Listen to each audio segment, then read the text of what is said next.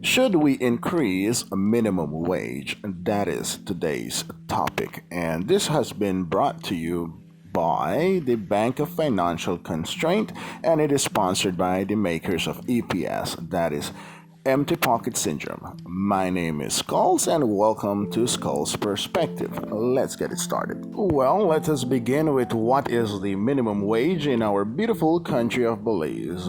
The minimum wage in Belize is currently $3.30, which is not a lot of money. If someone works 8 hours a day for 6 days a week, how much money is that in a minimum wage? Let's find out. According to my handy dandy calculator, here's your answer. That is a mighty $158.40 per week. Can a person living alone survive on minimum wage per week? Maybe, maybe not. It all depends on your life choices and the way you tend to spend your money. It's called a budget management system. Therefore, if you're aware that you don't have a lot of money, you don't make a lot of money, and your savings are almost depleted, it is logical that you will not be overspending or spending your money as though you were Pablo Escobar. The misconception about minimum wage is that often people believe that it was designed to make you rich, which is not. It's called a minimum wage for a reason, is it not? The dilemma is brought forth when the cost of living is very high. Highlight the fuel prices and my blood pressure at the moment, and the minimum wage is not enough to cover that excess cost of living. In order for us to find financial equilibrium and economic homeostasis, we must identify the source that is elevating the cost of living. That is the first step. If a minimum wage gets increased, the average person will think to themselves, well, that's more money, more revenue. I will have a better life and I can do better with my life. Now let's look at it from the perspective of a business owner. Now, by law, you have to pay more money to your worker. Let's say you have 3 workers and your business is not making enough money to cover that paycheck. As a business owner, the logical answer here is to get rid of one of those workers. So, by cause and effect, because the minimum wage went up, now people need to start getting fired in order to cover that extra expense as a business owner. And from the perspective of the worker, now you just lost your job for no reason except that there isn't enough money going around due to financial constraint.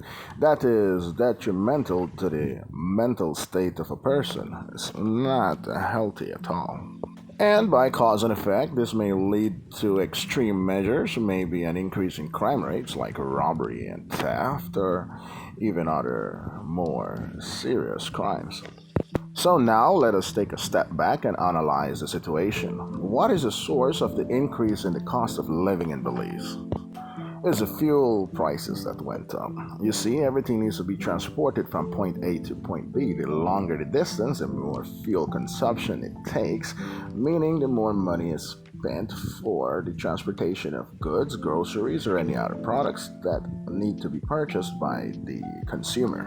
Let's take a daily product like a hamburger into example here. Let's say a hamburger went from $2.50 to $5. That's a 50% increase in the price. And you ask yourselves, but why is it getting so expensive? Well, the answer is pretty obvious, really. Let's take into consideration the increase in the price of the bread, the tomato, the lettuce, the onion, the meat itself, and the other condiments that you use to make a hamburger. The transportation or the import of flour goes up, henceforth now the increase in the price of flour tends to go up as well. So the breadman or the baker who lives down the street by Muffin Lane needs to increase the price on the bread. The farmer who produces the tomatoes, the lettuce, the onions, needs to invest money in fertilizers that is now being increased due to import rates and delivery fees due to fuel rates going up for the transportation. Also, the farmer that grows the meat, whether it be chicken or the cattle, needs to invest more money in the food, and the food that he uses to feed the delicious meat that you want to consume needs to be transported as well, henceforth an increase in the prices. Looking into the guy or the person that is making the hamburger needs to make a profit as well and cover the excess expense due to the increase in the cost of living for the products and produce needed to make that delicious burger for your purchase and your consumption. After taking all these variables and these factors into consideration, well, now we can realize why the cost of living is going up and all the products around us is increasing in prices. And that is just the tip of the iceberg. So at the end of the day, what can we do in order to alleviate the financial constraint that we're experiencing in Belize currently? After careful thought and analysis, well, one, we need to make a good budget system. We need to stop overspending and prioritize on the things that we need, not the things that we want. Remember, you're not a millionaire, so you can't spend as if you were a millionaire. Also, the fuel prices need to start to decrease because the higher they go up, the higher the cost of living will go up. The minimum wage doesn't cover that cost of living, and inflation occurs, and that is not good for a country.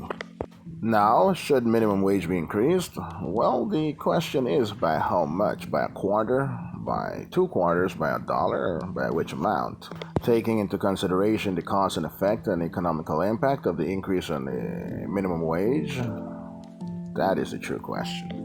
But worry not, my fellow citizens. We have capable and competent people in the government system who will make the best choice for our well-being. Well, at least, I hope so.